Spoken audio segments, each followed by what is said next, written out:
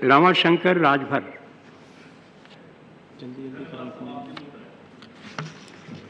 आपने इस महत्वपूर्ण विषय पर बोलने का अवसर दिया। मान्यवर, जब हम आज़ाद हुए तो आबादी 34 करोड़ थी और आज आबादी 1 अरब 20 करोड़ है।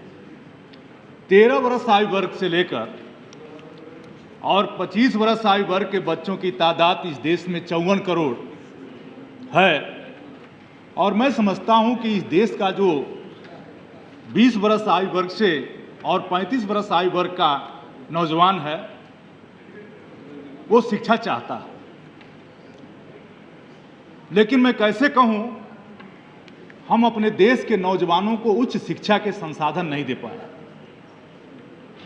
मोतिहारी में जो विश्वविद्यालय की मांग हमारे साथी ने की है, सभापति महोदय, उत्तर प्रदेश और बिहार का जनसंख्या घनत्व तो इतना है कि जो युवा वर्ग की आबादी है काफी संख्या में वो वहां से निकल करके विश्वविद्यालयों में कहीं उनका एडमिशन नहीं होता। है सौभाग्य है कि आज तकनीकी की शिक्षा के तरफ हमारे देश का नौजवान बढ़ा है और तकनीकी शिक्षा की तरफ इंजीनियरिंग कॉलेजों में काफी कन्वर्ट हुआ है। आज़ादी के पहले ही और सभापति महोदय, जो उत्तर प्रदेश और बिहार है, चाहे आप प्राचीन काल का ले लें, पुराने समय में ना, अभी बाबू रघुवंश जी ने नालंदा तक्षशिला यूनिवर्सिटी की बात की और बड़ा प्रयास हुआ हमारे स्वतंत्रता संग्राम सेनानियों ने, तो इलाहाबाद यूनिवर्सिटी और बीएचयू यूनिवर्सिटी बनी। फिर कुछ साथियों ने मुस्लिम यूनिवर्सिटी भी बनाई, अलीगढ़ में बनी। यूपी और बिहार का जो जनसंख्या घनत्व है, मैं यह कह सकता हूं कि वहां पर निश्चित तौर पर जितने बच्चे पढ़ने वाले हैं उनके लिए विद्यालय नहीं है। और ये हालत केवल विश्वविद्यालयों में नहीं है, प्राइमरी स्तर पर भी है, जूनियर स्तर पर भी है, इंटरमीडिएट स्तर पर भी है और उच्च शिक्षा में भी है। और किस तरह से आज एक टेस्ट बन गई है सभापति महोदय कि जो बहुत तेज लड़का होगा उसी का एडमिशन होगा। जिम्मेदार कौन है? वो छात्र जिम्मेदार है। तेज बच्चे का तो एडमिशन हो जाएगा, लेकिन जो बच्चा पढ़ने में कमजोर है उसका कहीं एडमिशन नहीं होगा। उनकी इंटर पास होने पर 2 कारणों से शिक्षा रुक रही है। राजभर जी, हो सकता है कि वो विद्यार्थी इम्तिहान के समय बीमार पड़ गया हो, अगर मार्क्स कम आ गए तब उसका कोई भविष्य नहीं है। सर, कहना नहीं चाहिए, लेकिन अगर तेज को ही आगे बढ़ाना है तो वो जो मैं कहूँ, अगर थोड़ा तेज नहीं है, वो 50%, 60% चेचक निकल गए, अंक कम पा गए, बीमार पड़ गए, अंक पा गए, कम पा गए, उन बच्चों का एडमिशन नहीं होगा।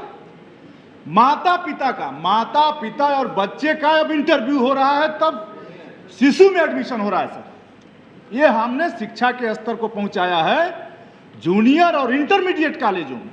माता और तेज लड़के का एडमिशन हो गया, बच्चे का दोष है। सभापति महोदय, हम लोग भी बच्चे थे।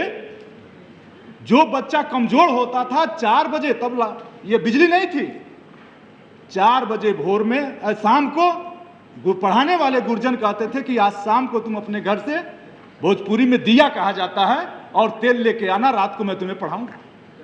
खैर, उधर मैं नहीं जा सकता, लेकिन भाई ओम प्रकाश यादव ने जो बिल लाया, निश्चित तौर पर बलिया, गोरखपुर, देवरिया, महाराजगंज, कुशीनगर, गोपालगंज, सिवान, बक्सर ऐसे इलाके हैं जहां शिक्षा के विद्यालय के अभाव में बच्चे नहीं पढ़ पा रहे हैं। इसलिए उस पर बल देते हुए मैं ये कहूंगा कि अगर शिक्षा ही हर चीज की दवा है, जहां शिक्षा पहुंची वहीं लक्ष्मी भी पहुंची, वहीं अंधविश्वास भी मिटा, वहीं गरीबी भी मिटी। उसी को पहुंचाने में अगर हम अपने देश के नौजवान को अच्छे विद्यालय नहीं दे पाते हैं तो हम देश के नौजवानों के साथ न्याय नहीं कर रहे हैं।